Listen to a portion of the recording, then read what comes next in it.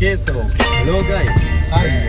So today we are in the cabin of a first generation Toyota Fortuner. Now the Fortuner is a Hilux based SUV by Toyota, and as you mentioned, this is the first generation one, registered in 2006, so I believe it may be a 2006 model, you know, Mahen. Yeah, looks like it, Ashrak, but this is one of my favorite models as well, Ashrak. It's a very nice design, I think, isn't it, Mahen? Correct. And then Ashrak, what you told me was that this shares the same engine as the Prado 120 that we featured a few weeks ago on our channel. That's correct. It's a 2.7 litre 4-cylinder engine. Yes. I think it gives out around 160 horsepower. Yes. And that's interesting because many people would expect a vehicle like this to have a diesel engine. In fact, I believe the later Fortuner which came to Sri Lanka did come with a turbo diesel. Yes. But having said that, I mean, the owner of this vehicle has told us that the petrol engine seems to be perfectly fine. I mean, he's even taken the vehicle to Yala. He was saying recently how he took it to Yala and drove it on some really muddy and flooded roads with no issue at all. He's going to Vilpattu this coming Saturday as well. And for the viewers who don't know what Yala and Vilpattu are, they are national parks in Sri Lanka, which sometimes the terrain can be a little challenging as well. And for an SUV like this, which especially has big grabby tires, there is not going to be a single issue, and it's got a snorkel as well. Yeah, so I mean, it's basically decked out for those family trips into the wilderness, if you will, which is quite nice. Yes. And it is a 7-seater too, isn't it, Mahen? It is. And Ashrak, now, it feels very torquey though, although Steph tells me that it may be a little sluggish. Well, I'm not feeling that. I feel very smooth in this. Again, reminds me of the Mark X. It is a smooth ride, yes. It's not. Am I biased towards Toyotas, Ashrak, or what? You might be. I mean, and you drive a Mitsubishi, so you might need to reevaluate your priorities there, Mike. That is true. But wow, I'm super excited about this. I know we've been wanting to do this review for a while, Ashrak, and due to the weather we had to postpone it, but today we decided, okay, we're not postponing it. Despite the weather, which is still a bit rainy, we are still going ahead with our review of this vehicle because, well, we think it's kind of suited, that vehicle like this should be able to handle almost any condition thrown at it. Yes. So, wow. Very nice vibe. You can hear the engine as well there a bit. Yes. And it doesn't really sound much like a petrol, does it? No, it has a bit of the sound is a bit reminiscent of a dieselish. Exactly. And of course, when you look at the cluster, you can see based on the red line and everything that it is indeed a petrol. Of course, the VVTi badging on the vehicle. Yes. But Ashrak, now compared to the Prado 120 we drove, this feels a little more torquey, like I said, and a little more out there as opposed to the Prado. The Prado feels a little more smoother in terms of that sound that you get when you rev the engine. That is true, and I think that's because of the positioning also, Mahen, because we need to go there, we're going towards Parliament. I think that's because of the positioning of the vehicle, where the Prado is positioned higher than the Fortuner. And also, Mahen, the Fortuner is actually based on a Hilux chassis, so that's why you probably notice, particularly in the rear, when we go over some bumps, there is a bit of, movement from side to side like that. Yes. We didn't find in the Prado, so that is true. That factor is there. But of course, that also means that the Fortuner's chassis can be considered to be a bit more heavy duty, so to speak. I mean, it's not that you'd want to take cement bags in the back of a Fortuner unless you had to. Yes. But I'm sure people have done it. But you can't treat it like a pickup truck because it's not, obviously, but it can also do a bit more load lugging than a Prado possibly could. Correct, and this is another 7-seater, just like the Prado 120 that we reviewed. Yes, I even observe a button for the rear air conditioning as well, so you've got that creature comfort too, which is not present in all 7-seaters. Oh, there's rear air conditioning, you mean over here?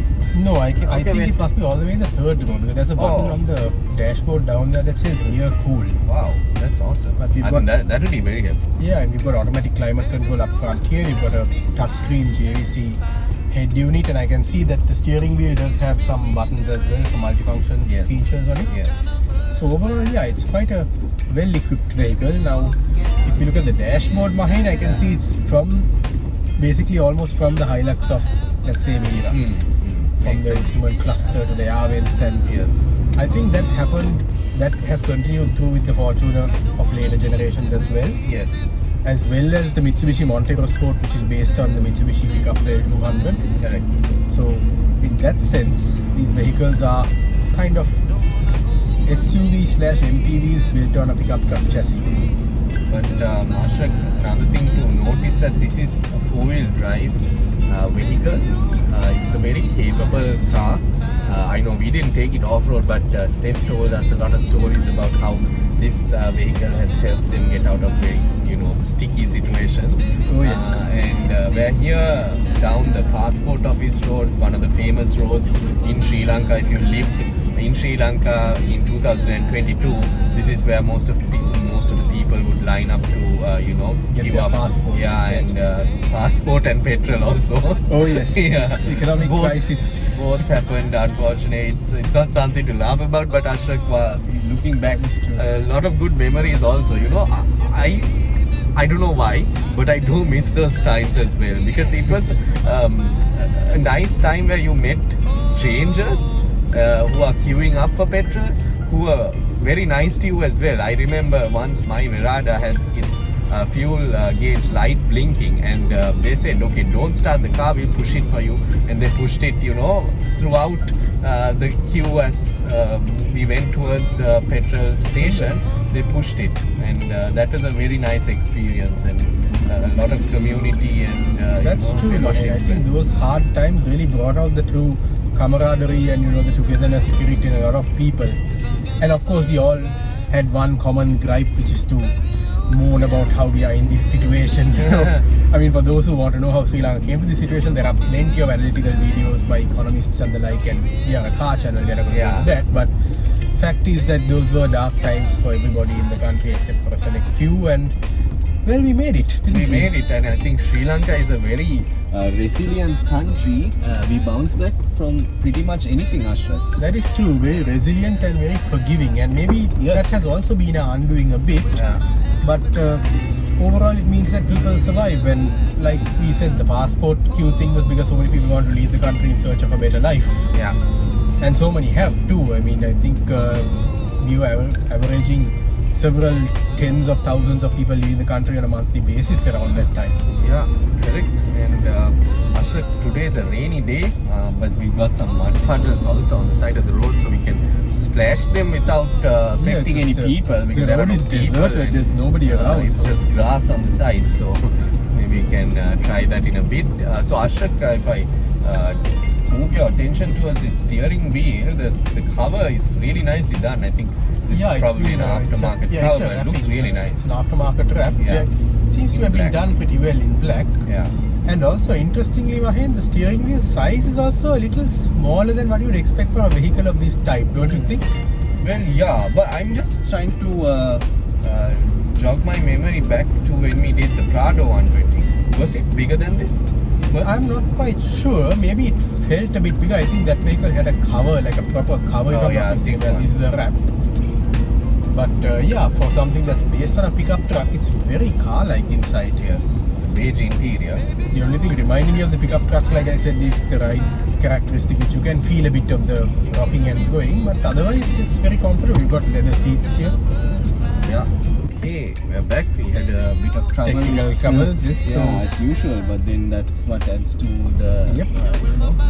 So as I was saying, Mahen, I believe this is a full-time four-wheel, because looking at the transfer case lever here, we've got H for high range, H with a little L, which means high range with the differential locked, and L for low range, once again with the differential locked. Yes. And of course the neutral position. So I don't see any two-wheel or four-wheel options here, so I'm guessing it's a full-time four-wheel, and it does pull, doesn't it? It does pull, but to your point, is it faster than the Prado 120? I don't think so. I don't think so. I feel that this vehicle has much bigger tires than original Ashok, so that's probably also something that's holding it back a little. Yes.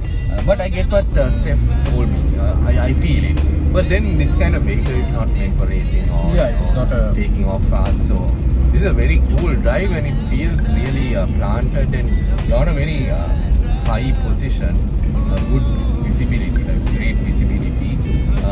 The rear view mirror also, it's not too narrow as well, but it helps to have a reverse cam for a car that is this tall. I really like the character of this car, Ashok, especially with the snorkel and the blacked out tires. or the rims rather, it looks quite good. This car is a nice black. Yeah, it has a very sinister almost look to it, doesn't it, Yes, Mahi? it does. So, right. Stop this. It's quite a smooth drive, right? It is. I saw you flooring it though, Ashok. How did that feel? Well, I mean, it's an engine that you don't, it doesn't encourage you to flow it in the sense like there's not a lot more performance to be gotten when you flow it. So, steady progress and just letting the automatic transmission do its thing is the best way to go about it with this vehicle. I agree. It's not a speed demon after all, so. I agree. But still, you can make fairly decent progress in it. But it's the perfect weather for this kind. It's the perfect vehicle for this kind of weather, especially when you have some of the Sri Lankan roads flooding up. I mean, a car like this, you will not think twice to go over the water. Exactly. It is truly an all-weather car. And given that it's not like a overly expensive vehicle or has many bits that can be easily damaged and things like that, it's a rough and tumble vehicle basically. Yes. Although it's raining, it's been nice. So far, I have. Steady 50 kilometers per hour. It's perfectly comfortable. Yes. Legal limit in Colombo is 50. People don't always stick to that. We are guilty too, but on a rainy day like this, it's always best to drive with caution. Very true. And I'm sure those big tires give you extra traction as well, Ashok. Yeah, they probably do. There's definitely extra grip to be felt here. Yes. Even going over these deep rain puddles, you don't feel a lot of the vehicle, getting out of, like you don't feel like it getting suddenly light or tending to slide or anything like that. Correct. There is good grip all around. But of course, like we mentioned earlier, these large tires will also reduce your acceleration.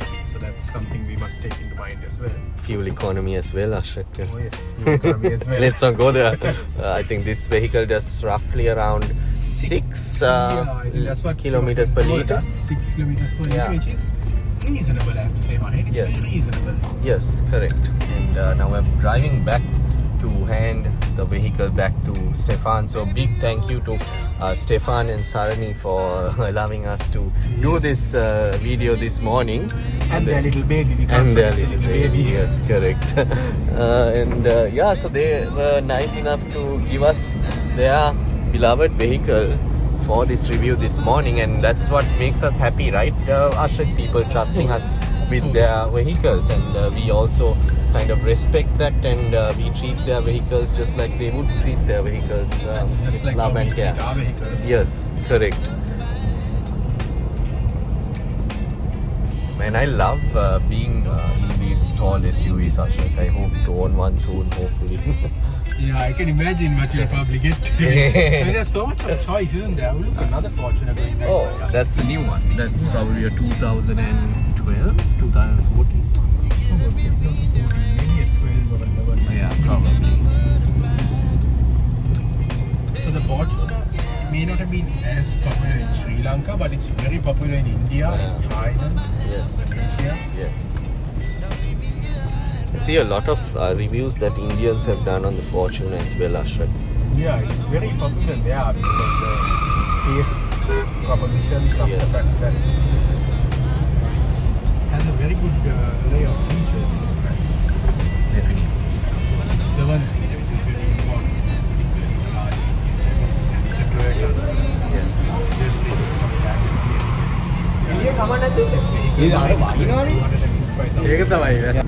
Right now. You can see the little service tag here that says when the next service is due. So you can see that this vehicle has traveled quite a bit. Yes, it has. And yet it doesn't feel tired, it doesn't feel aged.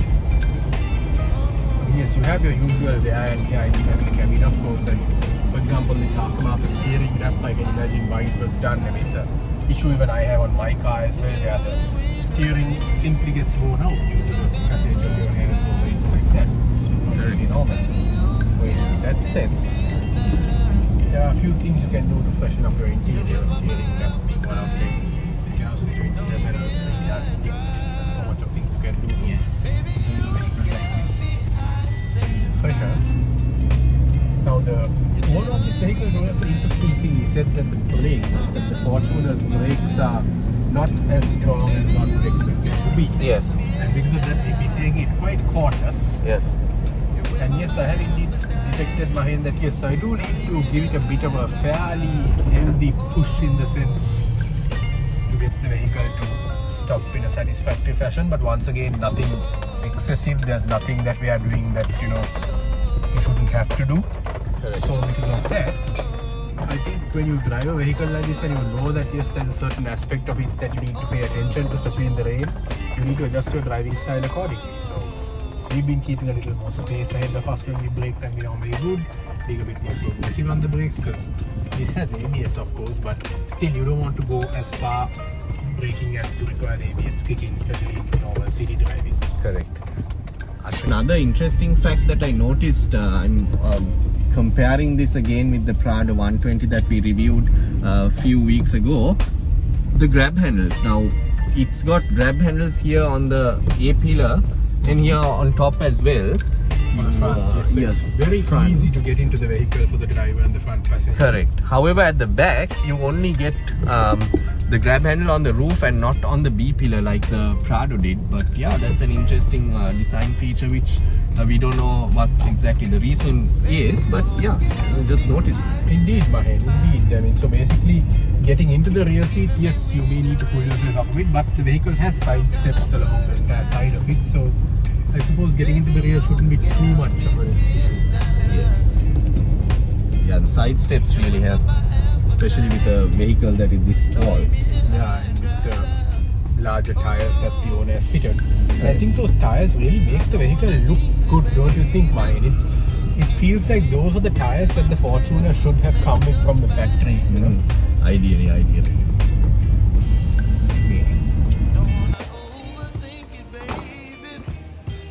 Oh, hello, Mahen. Hi Ashok, how's it going? Good. It's a very comfortable rear cabin, I've got to say. How do you find it? It's amazing actually. This armrest comes in handy, and the fact that you can recline your seats, man. Yeah, I mean, you're looking pretty settled in there, Mahen. I am, and look at the rear. We have a lot of space in the back as well, with the 7th and 6th seats up. And when you put it down as well, I think people can comfortably travel over. And you look really settled there. I'm gonna give you some time alone in there, Mahen. Thank you.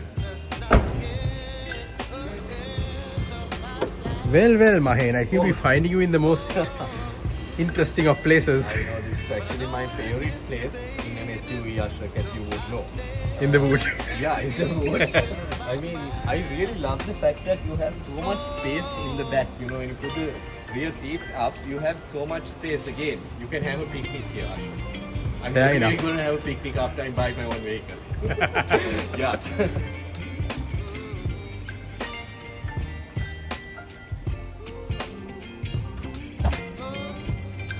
Hi there, Ashok.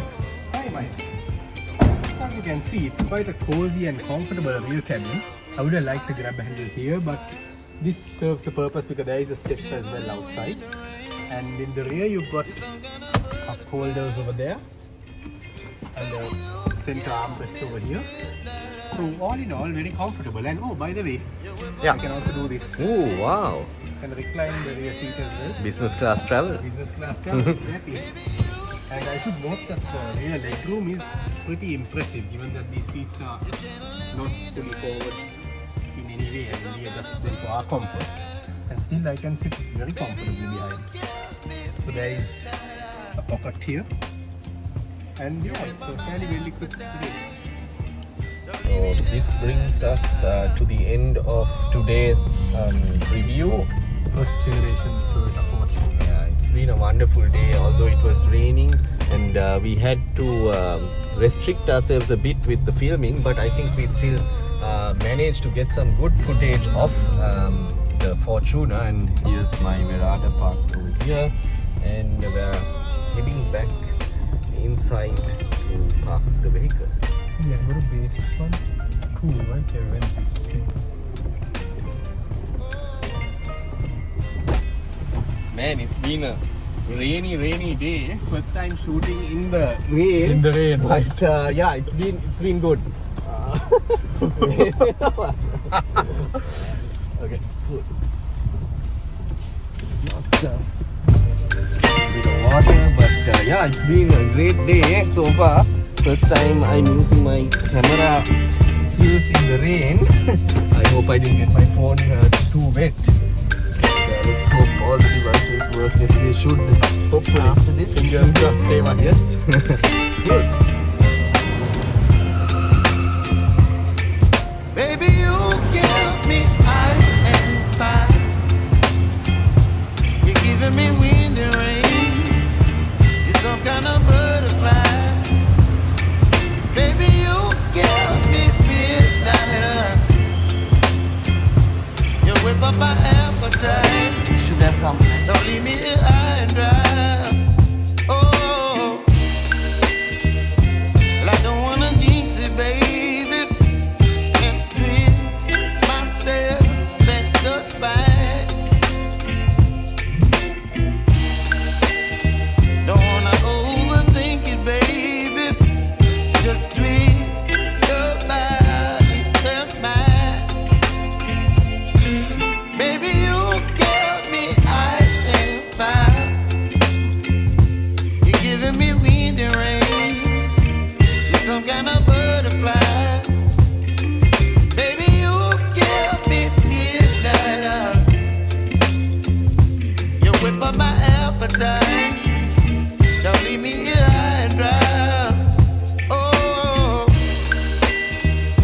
but I don't wanna jinx it, baby. Let's not get ahead of my time. Oh, but I don't wanna miss you, baby. So I stand up and speak just my mind. Oh.